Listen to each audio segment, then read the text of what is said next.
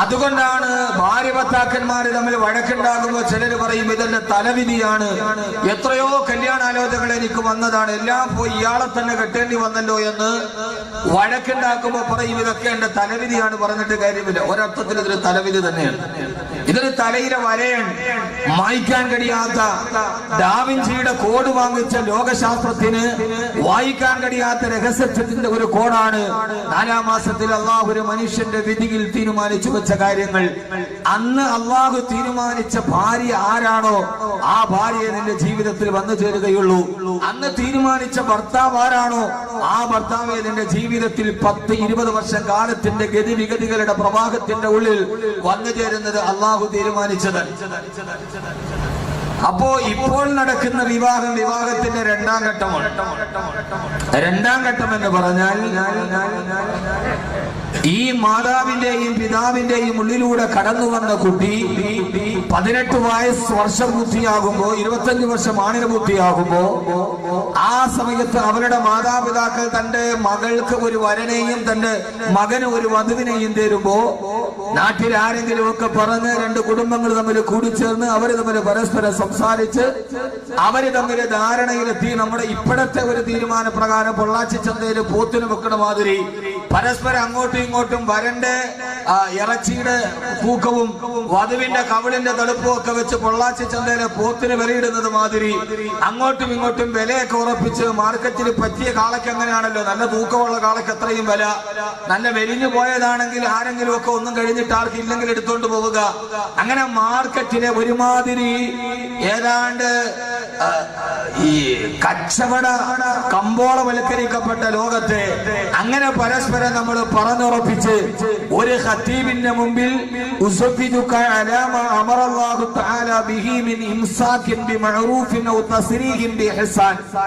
ഇന്ന് 15 പ്രാവശ്യം വാക്ക് ഇവിടെ പറഞ്ഞിട്ടുണ്ട്. പറഞ്ഞില്ലേ?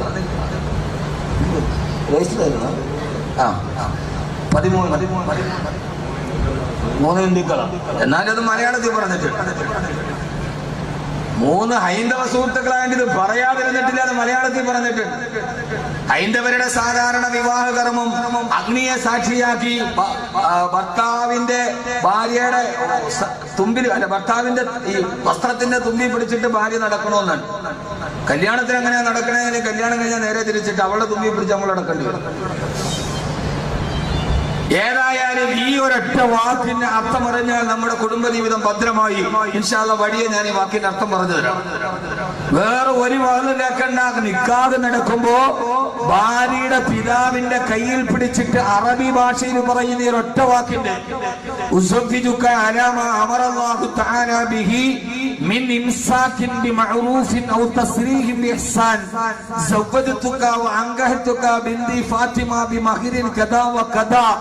എന്ന് പറയുന്ന ആ വാക്കിന് അർത്ഥമറിഞ്ഞാൽ ഒരു ഭർത്താവും ഭാര്യയെ പിന്നെ വഴക്ക് പറയില്ല. ഇൻഷാ അല്ലാഹ് അത് ഞാൻ പിന്നീട് പറയാം. ഇത് വിവാഹത്തിന്റെ 2-ാം ഘട്ടമാണ്. നിക്കാഹ് നടക്കുന്നത് വിവാഹത്തിന്റെ 2-ാം ഘട്ടമാണ്. പിന്നീട് വധുവിന്റെ വീട് വിട്ട് വാപ്പയെ വിട്ട് ഉമ്മയെ വിട്ട് തന്റെ ഭർത്താവിന്റെ കയ്യിൽ പിടിച്ച് അവളെ ജീവിതത്തിലോട്ട് കടന്നു പോകുമ്പോൾ പിന്നെ അവർക്ക് മക്കളായി മക്കളുടെ മക്കളായി. ഇത് വൈവാഹിക ജീവിതത്തിന്റെ 2-ാം ഘട്ടമാണ്. 3-ാം ഘട്ടമോ ഇവിടെ നിന്നാണ് നമുക്ക് നമ്മുടെ വിഷയം തുടങ്ങാനുള്ളത്. യഥാർത്ഥത്തിൽ വിവാഹ ജീവിതം ഈ ഭൂമിയുടെ മണൽത്തരിയോടുകൂടി അവസാനിക്കാനുള്ളതല്ല.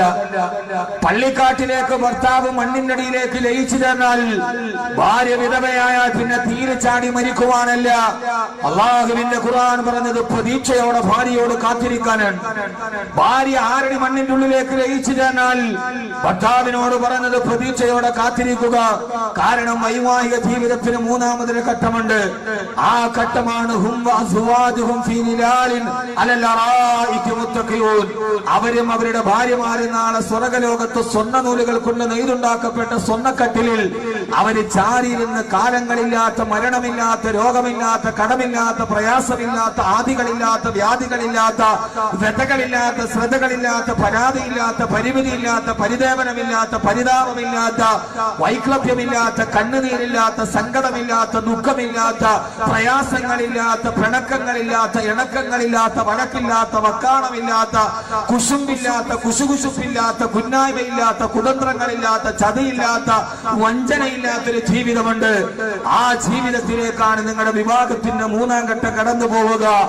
ആ മൂന്നാം ഘട്ടത്തിലെ വൈവാഹിക ജീവിതത്തിനു വേണ്ടി ഈ ഭൂമിയിൽ കടവും രോഗവും ഏൽപ്പിച്ച കണ്ണുനീരുകൾക്ക് പകരം നാളെ ഇതൊന്നുമില്ലാതെ ജീവിതത്തിൽ സുഖമറിയാത്ത ജീവിതത്തിന്റെ രസമറിയാത്തവർക്ക് അള്ളാഹു പറയുക, സന്തോഷത്തോടെ ജീവിച്ചാൽ നാളെ നിങ്ങൾക്ക് കാലാകാലം 60 വർഷമല്ല 70 വർഷത്തെ പരിമിതികളില്ല.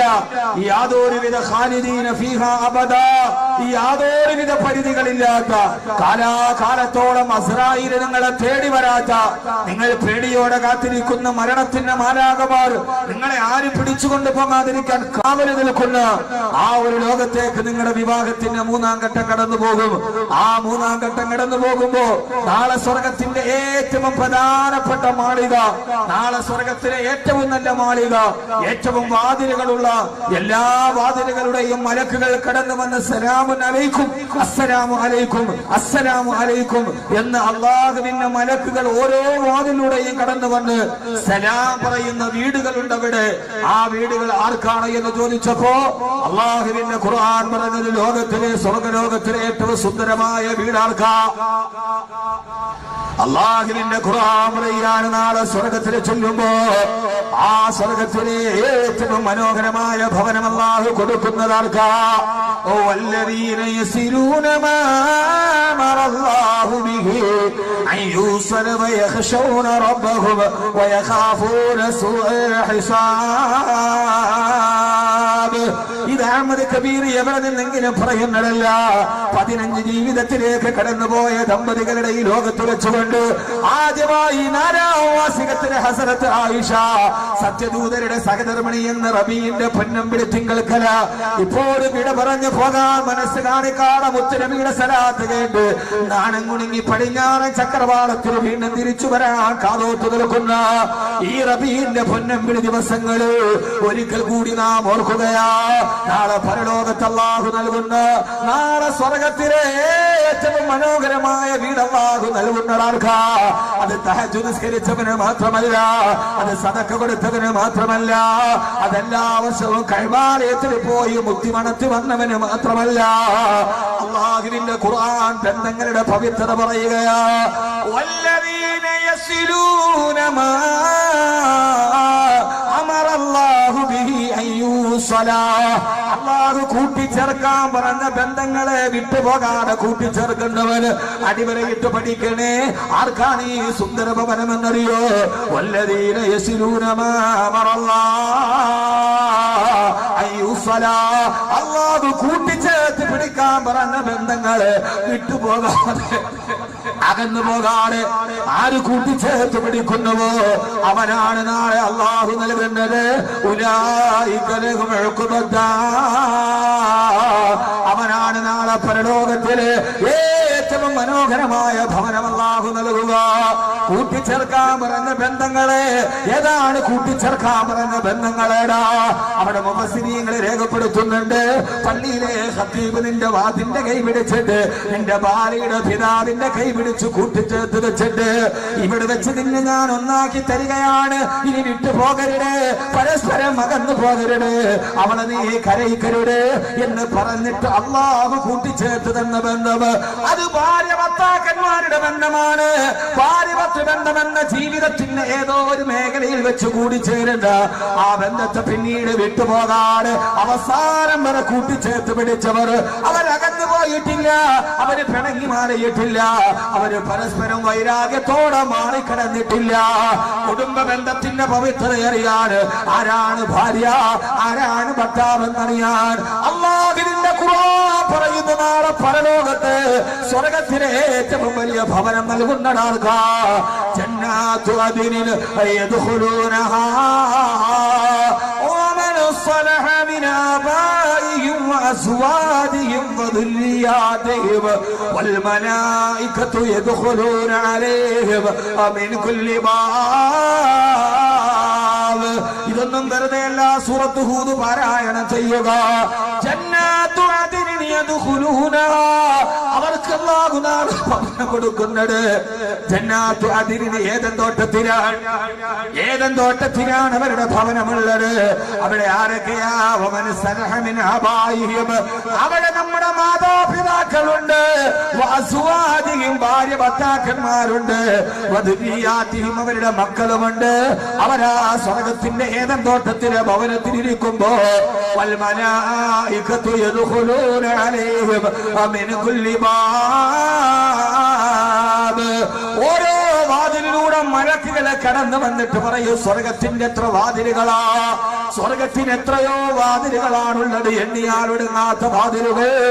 ആ വാതിലുകളോട് വാനലോകത്തെ മലക്കുകൾ വന്നിട്ട് ഭാര്യ ഭർത്താക്കന്മാരിരിക്കുന്ന ഏദൻ തോട്ടത്തിന്റെ ജന്നാത്തു അദീനിന് ഏദൻ തോട്ടത്തിൽ സുന്ദരി പെണ്ണിന്റെ കാലിൽ കിടക്കുന്ന വെള്ളിക്കൊലുസ് പോലെ അരുവികളെ തടം തള്ളിയാത്തതുകൊണ്ട് ആ വീട്ടിലിരിക്കുന്ന ഭാര്യ ഭർത്താക്കന്മാരോട് ഓരോ വാതിലൂടെയും മലക്കുകൾ വന്നിട്ട് പറയുമത്രേ, സലാമുൻ അലൈക്കും, അസ്സലാമു അലൈക്കും, അസ്സലാമു അലൈക്കും, നിങ്ങൾക്ക് സമാധാനം ഉണ്ടാവട്ടെ, അല്ലാഹു നിങ്ങൾക്ക് ശാന്തി നൽകട്ടെ. സലാമുൻ അലൈക്കും ബിമാ സബർതും ഫനിഅമ ഉഖ്ബദ്ദാർ. എന്നെ കേൾക്കാനെത്തിയ പ്രിയപ്പെട്ട സഹോദരങ്ങളോട് സഹോദരിമാരോട് അല്ലാഹുവിന്റെ ഖുർആൻ പറയുകയാ, നാളെ സ്വർഗലോകത്തിരിക്കുന്ന ഭാര്യ ഭർത്താക്കന്മാരോട് മലക്കുകൾ വന്നിട്ട് സലാം പറഞ്ഞിട്ട് പറയുമത്രേ, സലാമുൻ അലൈക്കും, അല്ലാഹു നിങ്ങൾക്ക് സമാധാനം നൽകട്ടെ. ബിമാ സബർതും, നിങ്ങൾ ക്ഷമിച്ചതിന് പകരമായി. എന്നിട്ട് അല്ലാഹു പറയുകയാ, ഫനിഅമ ഉഖ്ബദ്ദാർ, ഈ സ്വർഗത്തിലെ ഏറ്റവും നല്ല വീട് നിങ്ങളുടെ വീട് തന്നെ. അല്ലാഹുവിനെ കേൾക്കാൻ തൗഫീഖ് നൽകട്ടെ. ആമീൻ പറ മനുഷ്യന്മാരെ, അല്ലാഹുവിനെ കേൾക്കാൻ തൗഫീഖ് നൽകട്ടെ. സ്വർഗത്തിന്റെ ഏറ്റവും നല്ല വീട്ടിലിരിക്കുക. അവിടെ ആരൊക്കെയുണ്ട്? വമൻ സലഹ മിൻ ആബായിഹിം. ഇതാണ് ഇസ്ലാമിന്റെ സങ്കല്പം. സങ്കല്പമല്ല, യാഥാർത്ഥ്യം. വിവാഹം ആസ്വദിക്കേണ്ടത് സ്വർഗത്തിന്, ഇവിടെ ആസ്വദിക്കലൊന്നും നടക്കില്ല. കാരണം ഇത് പച്ച ഭൂമിയാണ്. ഇവിടെ ജീവിതം പരീക്ഷണമാണ്. ഇതിന്റെ സുഖം ആസ്വദിക്കേണ്ടത് യഥാർത്ഥത്തിൽ ഇതെന്ന് പറയുന്നത് മനുഷ്യനെ ദുഃഖത്തിൽ നിന്നാണ് സൃഷ്ടിച്ചത്. ദുഃഖത്തിന്റെ ഭൂമിയാണ് ദുനിയാവ്. ഇവിടെ ആർക്കും വിവാഹ ജീവിത സന്തോഷത്തോടെ അനുഭവിക്കാൻ കഴിയില്ല. അങ്ങനെ ആർക്കെങ്കിലും കഴിഞ്ഞാൽ അവർ വലിയ ഭാഗ്യവന്മാരാണ്. ഇവിടെ ഇണക്കവും പിണക്കവും ഒക്കെ ആയിട്ട് പോവും. പക്ഷേ യഥാർത്ഥത്തിൽ സ്വർഗത്തിന്റെ സ്വർണ്ണക്കട്ടിലിരിക്കുക. ഒമൻ സ്വലഹം സൂറത്ത് ഹൂദ്, ഒമൻ സ്വലഹമിൻ ആബായിഹിം, നിങ്ങളുടെ സ്വാലിഹീങ്ങളായ മാതാപിതാക്കൾ, വഅസ്വാദിഹിം, നിങ്ങളുടെ ഭാര്യ ഭർത്താക്കന്മാർ, വദുരിയാതിഹിം, നിങ്ങളുടെ മക്കൾ ഒക്കെ ഇരിക്കുമ്പോ ജന്നാത്തു അദ്നിൻ യദ്ഖുലൂനഹാ, ആ സ്വർഗ്ഗത്തിൽ ഇരിക്കുമ്പോൾ വൽ മലായികത്തു യദ്ഖുലൂന അലൈഹിം മിൻ കുല്ലി ബാബ്, സ്വർഗ്ഗത്തിന്റെ ഓരോ വാതിലൂടെ മലക്കുകൾ വന്നിട്ട് പറയും, സലാമുൻ അലൈക്കും, സലാമുൻ അലൈക്കും, അസ്സലാമു അലൈക്കും, അസ്സലാമു അലൈക്കും, അല്ലാഹു നിങ്ങൾക്ക് സമാധാനം നൽകട്ടെ, സന്തോഷം നൽകട്ടെ. എന്നിട്ട് പറയാണ് ഫനിഅമ ഉഖ്ബദ്ദാർ, നാളെ പരലോകത്തിന്റെ വീടാണ് ഏറ്റവും നല്ല വീട് എന്ന് അല്ലാഹുവിന്റെ ഖുർആൻ. അല്ലാഹു നമുക്ക് അങ്ങനെ കേൾക്കാൻ തൗഫീഖ് നൽകട്ടെ. ആമീൻ പറഞ്ഞാൽ മാത്രം പോരാ, നാളെ മാതാപിതാക്കളോടും ഭാര്യയോടും മക്കളോടും ഒക്കെ സ്വർഗത്തിന്റെ ആ കട്ടിൽ അങ്ങനെ ചാരി സുഖമായിട്ടിരുന്ന് മലക്കുകളുടെ ഈ വാക്ക് കേൾക്കണമെന്ന് ആഗ്രഹമുള്ളവരൊക്കെ ഒന്ന് കൈമുക്കി നോക്കട്ടെ. ഇപ്പൊ ഞാനൊരു പരിപാടി പറഞ്ഞുതരാം. താത്തല കൈതാത്തരുത്, കൈയുള്ളവരൊക്കെ താഴ്ത്തി. ജീവിതത്തിൽ എന്ത് വന്നാലും ക്ഷമിക്കാൻ കഴിവുള്ളവരൊന്നും കൈമുക്കി. ക്ഷമിക്കാൻ കഴിവുള്ളവർ മാത്രം. നമ്മുടെ പെണ്ണുങ്ങൾ വലിയ ഭാഗ്യവന്മാര്, വലിയ ഭാഗ്യവതികളാണ്. ഇപ്പൊ എവിടെ കുടുംബജീവിതത്തിൽ പ്രശ്നം ഉണ്ടാകുക? ഇവിടെ അല്ലാഹുവിന്റെ ഖുർആൻ പറഞ്ഞ ഒരേ ഒരു നിബന്ധന,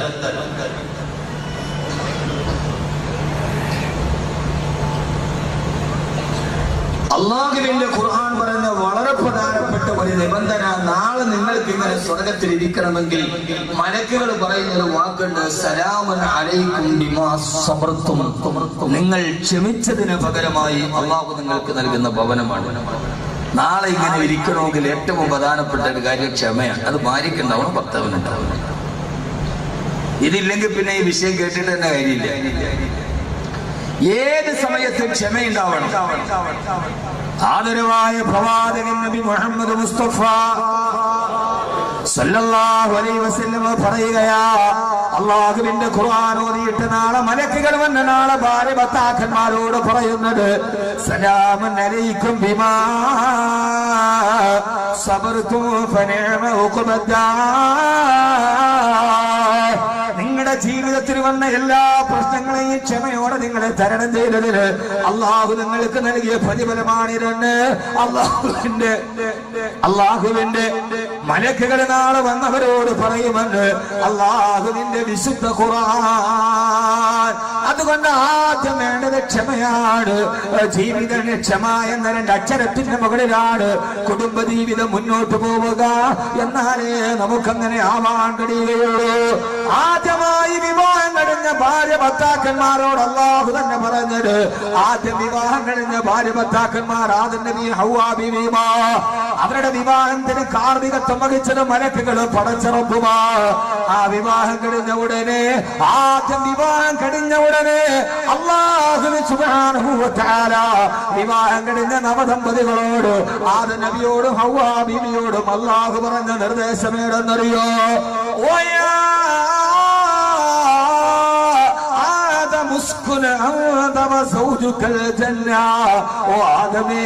നിന്റെ ഭാര്യയുടെ കൈ പിടിച്ചിട്ട് നീ പോയി സ്വർഗത്തിന് താമസിച്ചു കൊള്ളുക. ഇതൊക്കെ നമ്മൾ മറന്നുപോയ ബാലപാഠങ്ങളാണ്. കല്യാണം കഴിഞ്ഞ ഭാര്യയും ഭർത്താവും പിന്നെ താമസിക്കേണ്ടത് സ്വർഗത്തിലാണെന്ന് അള്ളാഹു തന്നെ ആദ്യം പറയുമ്പോ, ഭാര്യ ഭർത്താക്കന്മാർ പിന്നീട് താമസിക്കേണ്ടത് സ്വർഗത്തിലാ. എന്റെ പ്രിയപ്പെട്ട സഹോദരങ്ങളെ, നമ്മളൊന്ന് ചിന്തിച്ചു നോക്കുക. സ്വർഗമെന്ന് പറഞ്ഞാൽ അതിന് ആഡംബരത്തിന്റെ സ്വർഗമെന്ന് അതിന് അർത്ഥമില്ല. കോൺക്രീറ്റ് സൗധത്തിന് രാജകീയ നൗകയിലേറിയിട്ട് ഒരു കൊതുകിന് പോലെ കടന്നു വരാത്ത ശീതീകരിച്ച റൂമിൽ കിടക്കണമെന്ന് നിർബന്ധമില്ല. പിന്നെയോ ഭാര്യ ഭർത്താക്കന്മാർ എവിടെ താമസിക്കുന്നുവോ അത് അഴീക്കോട് കടപ്പുറത്ത് ചാളത്തടി ചാരി വെച്ചിട്ട് ഓലക്കാട് കൊണ്ടും മറച്ചുണ്ടാക്കിയ വേലിയേറ്റം വന്നാൽ കടലെടുത്തിട്ട് കവർന്നു പോകുന്ന മണൽത്തരിയുടെ മുകളിൽ വെറും ഓലപ്പായ വിരിച്ചിട്ട് കിടക്കുന്ന കുടിലാകട്ടെ, ആ കുടിലിലേക്കാണ് വിവാഹം കഴിഞ്ഞിട്ട് ഭാര്യയും ഭർത്താവ് പോയത്. എവിടെയാണോ ഭാര്യയും ഭർത്താവ് താമസിക്കുന്നത് അവിടമാണ് സ്വർഗമാകേണ്ടത്.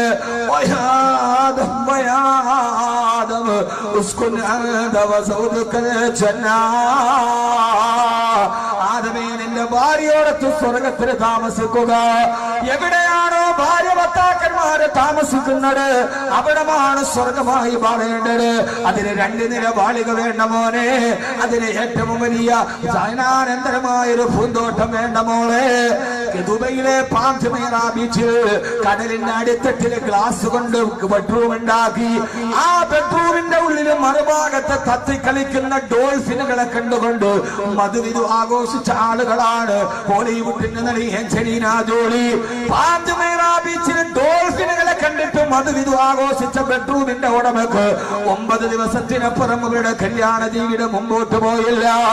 അവരെ താമസിച്ചത് ഭൂമിയിലെ സ്വർഗത്തിലാണ്. പക്ഷേ അവർക്ക് കൊണ്ടുപോകാൻ കഴിഞ്ഞിട്ടില്ല. ഇന്ത്യ രാജ്യത്തിന്റെ അറബിക്കടലിന്റെയും ബംഗാൾ ഉൾക്കടലിന്റെയും മറുഭാഗത്ത് കിടക്കുന്ന വിദേശ രാഷ്ട്രങ്ങളെ തന്നെ അനുഗ്രഹീതമായ നാവിന്റെ വൈദഗ്ധ്യം കൊണ്ട് ഇന്ത്യ രാജ്യത്തിലേക്ക് അടുപ്പിച്ച ആളാ ഇന്ത്യയുടെ മുൻ വിദേശകാര്യ സഹമന്ത്രി ശ്രീ ശശി തരൂര്. പക്ഷേ UN ഐക്യരാഷ്ട്രസഭയിൽ പ്രസംഗിച്ചിട്ട് കയ്യടി നേടിയ തന്റെ നാവിന്റെ നാക്കുവക്തുകൊണ്ട് അദ്ദേഹമാണ് വലിയ പ്രസംഗം നടത്തിയത്.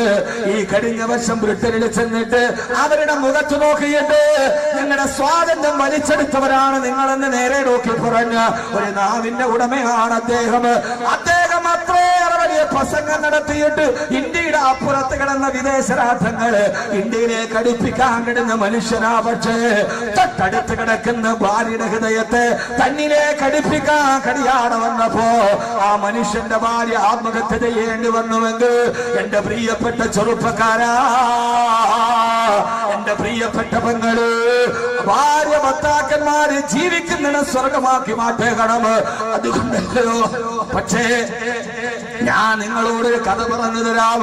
8 മുഴം നീളമുള്ള 10 മുഴം വീതിയുള്ള ആകാശത്ത് മഴ പെയ്താൽ അത് ഈത്തപ്പന മരത്തിന്റെ ഓലകടയിലൂടെ തടം തല്ലിയാ തൊടുകയ, ഗൃഹനാഥന്റെ ധാരിരോമങ്ങളിലൂടെ താഴോട്ടൊടുകയ, താഴെ കിടക്കാൻ ഒരു വിരിപ്പ് പോലും ഇല്ലാതിരുന്ന് ഈത്തപ്പന മരത്തിന്റെ ഓല വിരിച്ചിട്ട് അതിന്റെ മുകളിൽ കെട്ടിപ്പിടിച്ച് കിടന്നുറങ്ങിയ ഒരു പാവപ്പെട്ട ഭാര്യഭർത്താക്കന്മാർ ഒരു നേരത്തെ ഭക്ഷണം പോലെ കഴിക്കാനില്ലാതെ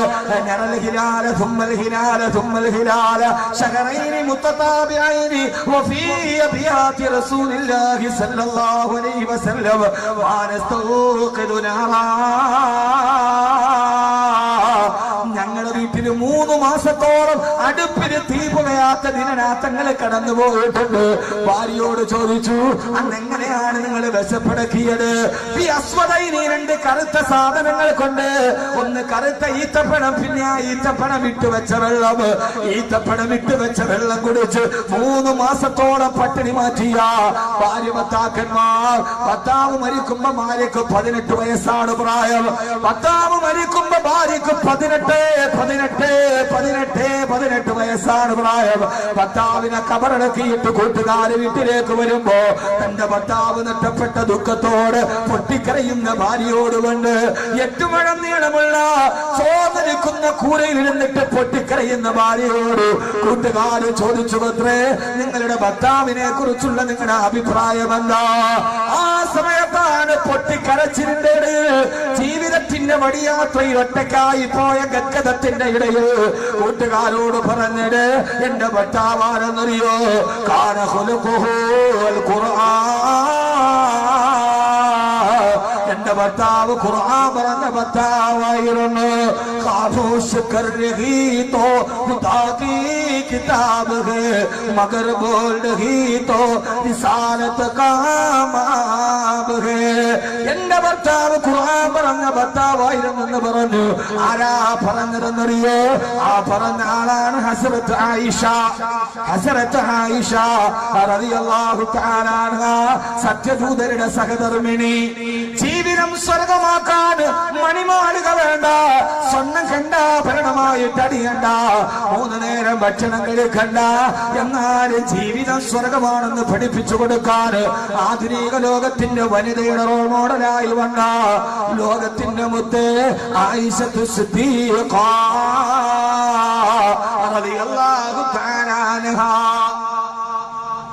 ആയിഷ റളിയല്ലാഹു തആല അൻഹ പറഞ്ഞ മറുപടിയാണ്, ഭാര്യയും ഭർത്താവും കല്യാണം കഴിഞ്ഞാൽ താമസിക്കുന്നത് എവിടെയാണോ അവിടെ സ്വർഗമാണ്. അല്ല സ്വർഗത്തിൽ പോയി താമസിക്കാനും പറ്റൂലല്ലോ.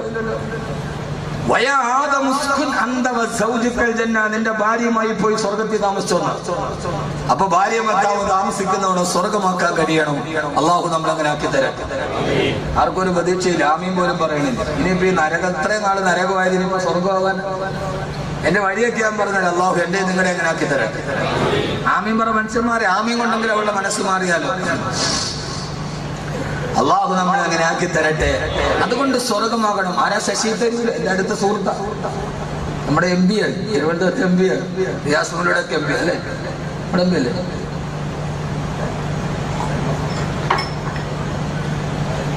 നിങ്ങൾ നാട് വിട്ട അവിടെ ഞങ്ങളുടെ സമ്പത്തല്ലേ, സമ്പത്താണ്. എന്റെ അടുത്ത സുഹൃത്താണ്, ഞങ്ങൾ തമ്മിൽ സംസാരിക്കാറൊക്കെയുണ്ട്.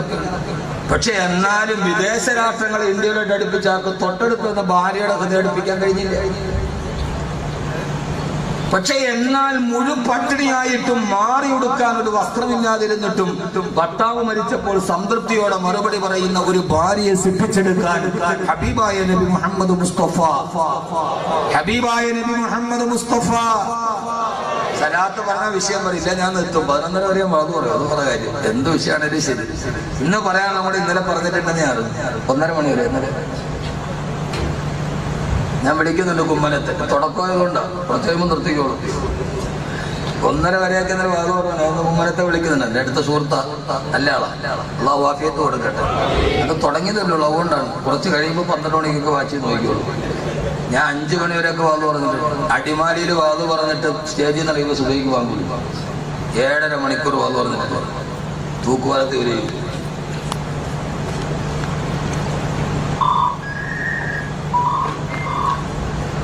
അള്ളാഹു നമ്മളെ സ്വീകരിക്കുമാറാകട്ടെ. ആദരവായ പ്രവാചകൻ നബി മുഹമ്മദ് മുസ്തഫ സല്ലല്ലാഹു അലൈഹി വസല്ലമ ജീവിതം എന്ന് പറഞ്ഞാൽ അതിനെന്ത് ചെയ്യണം? രണ്ടു പേരും വിചാരിച്ചാലേ ജീവിതം അങ്ങനെയാവും. ഭാര്യയും വിചാരിക്കണം, ഭർത്താവും വിചാരിക്കണം. അതുകൊണ്ടാണ് അല്ലാഹു സുബ്ഹാനഹു വ തആല ഭാര്യ ഭർത്താക്കന്മാർക്ക് സ്വർഗത്തിൽ കിട്ടുന്ന പ്രതിഫലത്തെ കുറിച്ച് പറഞ്ഞപ്പോ ബിമാ സബർതും, നിങ്ങൾ ഈ ജീവിതത്തിൽ ക്ഷമിച്ചതിന് പകരമായി ക്ഷമിക്കാൻ കഴിയണം. അതിന്റെ ആദ്യത്തെ പാഠം ഞാനൊന്ന് ചോദിക്കട്ടെ. ആദരവായ റസൂലുള്ളാഹി സ്വല്ലല്ലാഹു അലൈഹി വസല്ലം, ആദരവായ റസൂലുള്ളാഹി, നമ്മുടെ നബീനൊക്കെ കഴിഞ്ഞു. അടുത്ത റബീല ഒരു 12 നമുക്ക് സലാത്ത് ഇടണമെന്ന് തോന്നുന്നു. ആദരവായ പ്രവാചകൻ നബി മുഹമ്മദ് മുസ്തഫ സല്ലല്ലാഹു അലൈഹി വസല്ലമ, ഇവിടെ ജീവിതം ഒരു ഡിഫറൻസിയേഷന്റെ തത്വശാസ്ത്രമാണ്. ഇവിടെ ഒരു മാനസിക വശമുണ്ട്. ഇപ്പൊ നിങ്ങളൊന്ന് ആലോചിച്ച് നോക്ക്, നമ്മൾ നല്ല ടെൻഷനിൽ പോവാ, നല്ല ടെൻഷനാണ് നമ്മൾ. കല്യാണമൊക്കെ കഴിഞ്ഞ് 2 മക്കളെയൊക്കെ പ്രസവിച്ചു കഴിയുമ്പോ സ്വാഭാവികമായിട്ട് ആദ്യകാലത്തൊക്കെ കല്യാണം കഴിഞ്ഞാൽ നല്ല സ്നേഹമാണ്, ഭയങ്കര സ്നേഹമാണ്. ആദ്യത്തെ ദിവസമൊക്കെ കണ്ടാൽ നമുക്ക് ബസ്സിൽ കയറുമ്പോൾ അറിയാം. ചില പ്രൈവറ്റ് ബസ്സിലൊക്കെ കയറിയാൽ, ട്രാൻസ്പോർട്ട് ബസ്സിൽ കയറിയാൽ ഭാര്യയും ഭർത്താവും കൂടെ കയറും. ഒരു സീറ്റുമേ 2 പേരും ഇരിക്കും.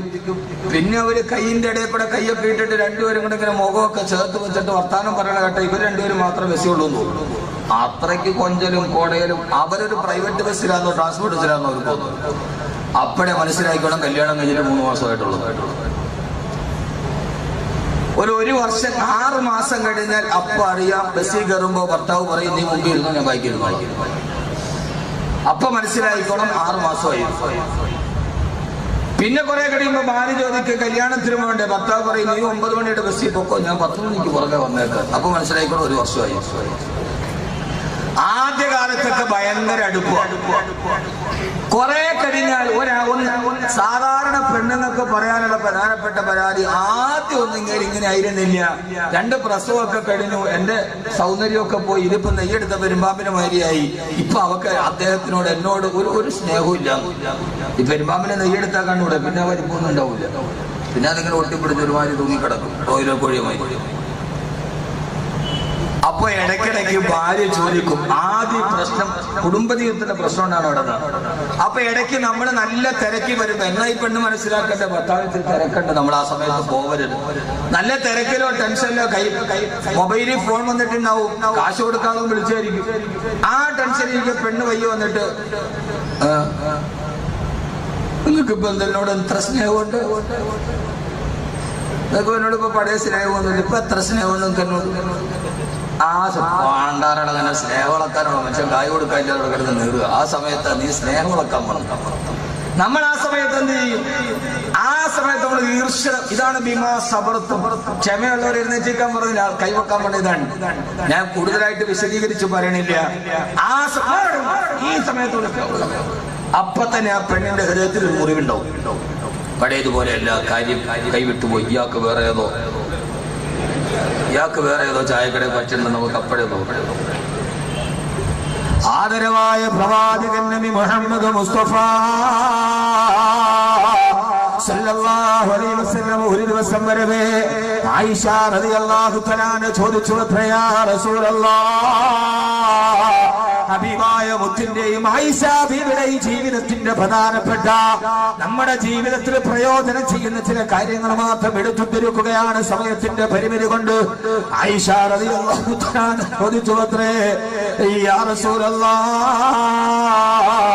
അങ്ങയുടെ ഭാര്യമാര് അങ്ങേക്ക് ഏറ്റവും സ്നേഹമാരോടാണ് നബിയെ. തന്റെ ജീവിതത്തിന്റെ പ്രയാസത്തിന്റെ നൈരന്തര്യമായ ജീവിത പ്രയത്നങ്ങളുടെ ഇടയിലൂടെ നടക്കവേ കിളിക്കൊഞ്ചലോട് ഭാര്യ ചോദിക്കുകയാണ്, യാ റസൂലല്ലാഹ്, അങ്ങയുടെ ഭാര്യമാരിൽ അങ്ങേക്ക് ഏറ്റവും സ്നേഹമാരോടാണ് നബിയെ. ഉടനെ തന്നെ ലോകത്തിന്റെ നേതാവിന്റെ മറുപടി വന്നു, ആയിഷ ലക്കി, നിന്നോടാണ് മോളെ, എനിക്ക് ഏറ്റവും ഇഷ്ടം നിന്നോടാണ് ആയിഷ, നിന്നോടല്ലാതെ പിന്നെ ആരോടാണ് എനിക്ക് എനിക്ക് സ്നേഹമുള്ളത്. തീരു സമാധാനം വന്നില്ല. ഉടനെ ആയിഷ ബീവി റളിയല്ലാഹു അൻഹ ചോദിച്ചു, ഇതാണ് പെണ്ണിന്റെ സ്വഭാവം. പെണ്ണിന്റെ സ്വഭാവം തിരിച്ചറിഞ്ഞവനാണ് യഥാർത്ഥ പുരുഷന്. അവൻ അഭ്യസ്ത വിദ്യയിൽ എതിരാളിയെ മലത്തിയടിച്ചവനല്ല. തന്റെ കൂടെ കിടക്കുന്ന ഭാര്യയുടെ സ്വഭാവത്തെ തിരിച്ചറിയാൻ കഴിഞ്ഞവനാണ്. ഏറ്റവും വലിയ പോരാളി എന്ന് വിശ്വസിക്കുന്നവനാണ് ഞാൻ. ഉടനെ ചോദ്യം വന്നു, യാ റസൂലല്ലാഹ്, അങ്ങക്ക് ധാരാളം ശിഷ്യന്മാരുണ്ടല്ലോ നബിയേ, പുരുഷന്മാരിൽ അങ്ങക്ക് ഏറ്റവും ഇഷ്ടമാരോടാണ്? യാ റസൂലല്ലാഹ്, ഹബീബായ റസൂലുള്ളാഹി ഉടനെ മറുപടി പറഞ്ഞു, ആയിഷ, അബൂക്കി നിന്റെ വാപ്പയോട്, അബൂക്കി നിന്റെ വാപ്പയോട്, നിന്റെ വാപ്പയായ അബൂബക്കർ റളിയല്ലാഹു അൻഹുവിനോടാണ് എനിക്ക് ഏറ്റവും ഇഷ്ടം ആയിഷ റളിയല്ലാഹു അൻഹാ. ഇത് പറഞ്ഞപ്പോ ചെറുഭിത്തിരിയോട് തന്റെ ഹബീബിൽ നിന്ന് തന്റെ ഭർത്താവിന്റെ ചാരത്തേക്ക് ചേർന്ന് നിന്നു ആയിഷ റളിയല്ലാഹു തആല അൻഹാ. ഹബീബായ നബി തങ്ങൾ മറുപടി പറഞ്ഞു, ആയിഷ നിന്നോട്. അപ്പൊ ചോദിച്ചു, പുരുഷന്മാരിൽ ആരോട്? എന്റെ അപ്പായോട്, എന്റെ അമ്മൂസങ്ങാക്കായോട്. ഇവിടെ നിന്ന് വന്ന ഭാര്യയുടെ വാപ്പാക്കെന്ന് വന്ന അമ്മായി അച്ഛൻ. അയ്യേ, രണ്ട് കെട്ടൊരു പോലും വിളിയാണുള്ളത്. അമ്മായി അല്ല, അച്ഛനും അല്ല, രണ്ടുമല്ല. എന്തേലും ആട്ടെ, മാന്യമായിട്ട് വിളിക്കും. ആ അമ്മായിയപ്പന്ന് പറയും. ഇവിടെ ആയിഷ റളിയല്ലാഹു തആല ചോദിച്ചു, നബിയെ ആരോടാണ് സ്നേഹം? ഹബീബായ നബി സല്ലല്ലാഹു അലൈഹി വസല്ലം മാറിക്കോടെ ഇരിക്കും, അത് പറയാൻ സമയമില്ല. നിന്നോടാണ്. ഇടയ്ക്കിടയ്ക്ക് ഭാര്യ ചോദിച്ചു, മോനെ ജീവിതം ഒന്നുമില്ല. ഇപ്പൊ നിങ്ങള് ഇതിനകത്ത് പഞ്ചായത്ത് പ്രസിഡന്റ് ഉണ്ടാവും, പഞ്ചായത്ത് മെമ്പർ ഉണ്ടാവും, പള്ളിക്കല ഖത്തീബ് ഉണ്ടാവും, വാക്കബി ഉണ്ടാവും. ഇപ്പൊ അതൊക്കെ വിടണം. ഇപ്പൊ നമ്മള് ഭർത്താവാണ്. ഈ ഭാഗത്ത് ഞാൻ പഞ്ചായത്ത് പ്രസിഡന്റ് ആണല്ലേ, ഞാൻ വാക്കബിയാന്ന് പറഞ്ഞാൽ അവിടെ നടക്കൂല. ഗോതിന് പറയാ എന്റെ ദുആയ്ക്ക് ഇജാബത്തുണ്ടെന്ന്. വീട്ടിൽ പറഞ്ഞ നിങ്ങളുടെ ദുആയ്ക്കല്ല ഇജാബത്ത് വേണ്ടത്, ഞാൻ വിളിക്കുമ്പോൾ നിങ്ങൾ എനിക്ക് ഇജാബത്ത് തരണമെന്ന് പറഞ്ഞു. ആ സമയത്ത് യഥാർത്ഥത്തിൽ ഒരു കൊച്ചുകുട്ടിയെ പോലെയാണ്. ഭാര്യ ചോദിക്കാണ്, നിങ്ങൾക്ക് ഇപ്പൊ എന്നോട് സ്നേഹമുണ്ടാ? ഒണ്ടുമുത്തേ, നിന്നോടല്ലാതെ പിന്നെ ആരോടാ എനിക്കിപ്പോ സ്നേഹമുള്ളത്? നീ എന്താ ഇങ്ങനെ ചോദിക്കണോ? പറഞ്ഞ എന്താ മടക്ക്? എന്താണ് നിങ്ങൾക്ക് മുടക്കെന്താ ഉള്ളത്? ഖൗലുൻ മഅറൂഫുൻ ഖൈറുൻ മിൻ സദഖത്തിൻ യത്ബഉഹാ അദാ. ആ സമയത്ത് ഭാര്യയുടെ ഹൃദയത്തിന് നിന്റെ വാക്കൊരു സമാധാനം കൊടുക്കുമെങ്കിൽ എന്തിനാ നീ പറയുന്നത്? ഞാൻ ഈ ഓട്ടത്തിന്റെ ഇടയിലൊക്കെ ഒന്ന് പതിപോലെ പറയാൻ മറന്നുപോയി എന്നല്ലേ ഉള്ളൂ. അതുകൊണ്ട് നീ ഇവനോട് തന്നെ എന്നൊന്ന് പറയുന്നതിന് എന്താ മുടക്ക്? ഇത് നമ്മുടെ താൻ പോരുമാ, നമ്മളെ ഇതിനെ സമ്മതിക്കൂല. എന്നാലും നമ്മൾ അവളുടെ മുമ്പിൽ ചെറുതായി പോയാലോ? ഇല്ല, അവള് നന്നായിട്ട് നമ്മളോട് ഇണങ്ങും. ഉടനെ ചോദ്യം വന്ന്, നബിയെ ആരോടാണ് നബിയെ പുരുഷന്മാർക്ക് ഇഷ്ടം? അബൂക്കി നിന്റെ വാപ്പാനോട്, എന്റെ അമ്മോസങ്ങാക്കാനോട്. അപ്പൊ പിന്നെ പെരുത്തിട്ടുമായി അവളുടെ വാപ്പായെ കുറിച്ച് പറയുമ്പോ ഇടയ്ക്ക് തന്റെ പ്രിയപ്പെട്ട ഭാര്യയുടെ പിതാവ്, ആ പിതാവിനോട് നമുക്ക് കടപ്പാടില്ലേ? ആരാ ഭാര്യയുടെ പിതാവാരാ? ഇവിടെ വിവാഹം കഴിച്ച ഓരോരുത്തരോട് ഞാൻ ഈ വാക്കോർമ്മിപ്പിക്കുകയാ. ആരാ ഭാര്യയുടെ പിതാവാരാ? നിങ്ങളൊക്കെ ജീവിതത്തിന്റെ പുറകിലോട്ട് നടക്കുക. നമ്മൾ വിവാഹം കഴിക്കുന്ന നേരം പള്ളിയിലെ ഇമാമിനെ സാക്ഷി നിർത്തിയിട്ട് നിക്കാഹ് നടത്തുമ്പോ നിക്കാഹ് നടത്തുന്ന കർമ്മിയായ ഇമാമ് തന്റെ ഭാര്യയുടെ പിതാവിന്റെ കൈ പിടിച്ചു നമ്മുടെ കയ്യിലേക്ക് ഇങ്ങനെ ചേർത്ത് പിടിച്ചിട്ടാണ് പറഞ്ഞു തരിക, അല്ലാഹു തആല بمعروف وتسريح بإحسان.